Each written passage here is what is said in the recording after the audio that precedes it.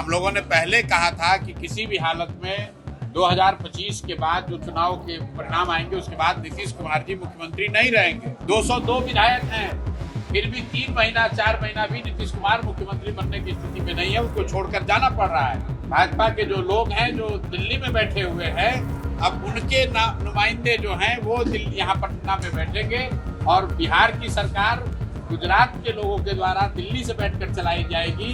गुजरात के हितों को ध्यान में रखकर चलाया जाएगा।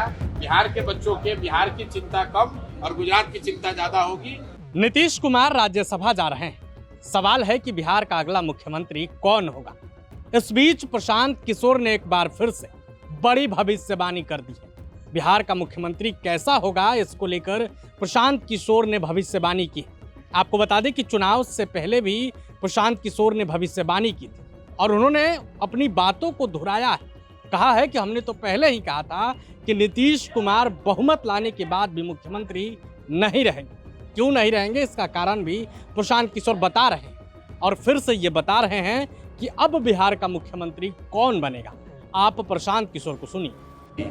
हम लोगों ने पहले कहा था कि किसी भी हालत में 2025 के बाद जो चुनाव के परिणाम आएंगे उसके बाद नीतीश कुमार जी मुख्यमंत्री नहीं रहेंगे। हमने ये भी कहा था कि नीतीश कुमार जी को 25 सीट नहीं आएगा, लेकिन अगर उन्होंने 10,000 रुपये नहीं बांटे होते, सरकार ने एक तरीके से पैसे के बल पर वोट नहीं खरीदा होता, तो मैं आज भी इस बात पर कायम हूँ कि उनको 25 सीट नहीं आता। लेकिन मान लीजिए आपने वो बात तो हो गई, पैसे से आपने वोट खरीद लिया, लेकिन उसका असर देखिए। 202 विधायक हैं, फिर भी 3 महीना 4 महीना भी नीतीश कुमार मुख्यमंत्री बनने की स्थिति में नहीं है, उनको छोड़कर जाना पड़ रहा है। क्योंकि नीतीश कुमार को भी मालूम है, सबको मालूम है, ये जनता का बहुमत नहीं है, ये स्वच्छ बहुमत नहीं है, ये खरीदा हुआ मैनेज किया हुआ बहुमत है। और जिन लोगों ने इसको मैनेज किया है पैसे के बल पर, सत्ता के बल पर, इलेक्शन कमीशन के बल पर, अब सत्ता में वो काबिज होंगे।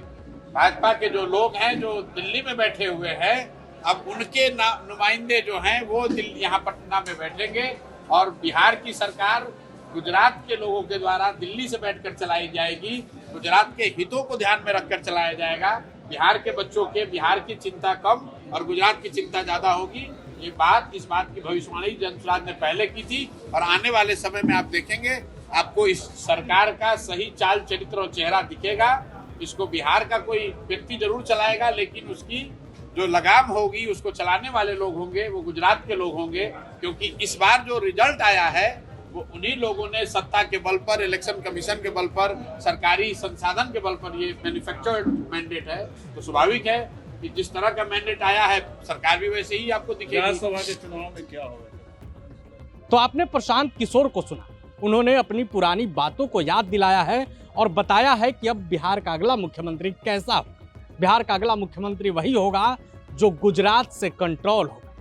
हालांकि प्रशांत किशोर की बात में कितनी सच्चाई है ये तो देखने वाली बात होगी, लेकिन प्रशांत किशोर के इस दावे पर, इस भविष्यवाणी पर आपकी क्या राय है? आप अपनी राय कमेंट बॉक्स में रखेंगे।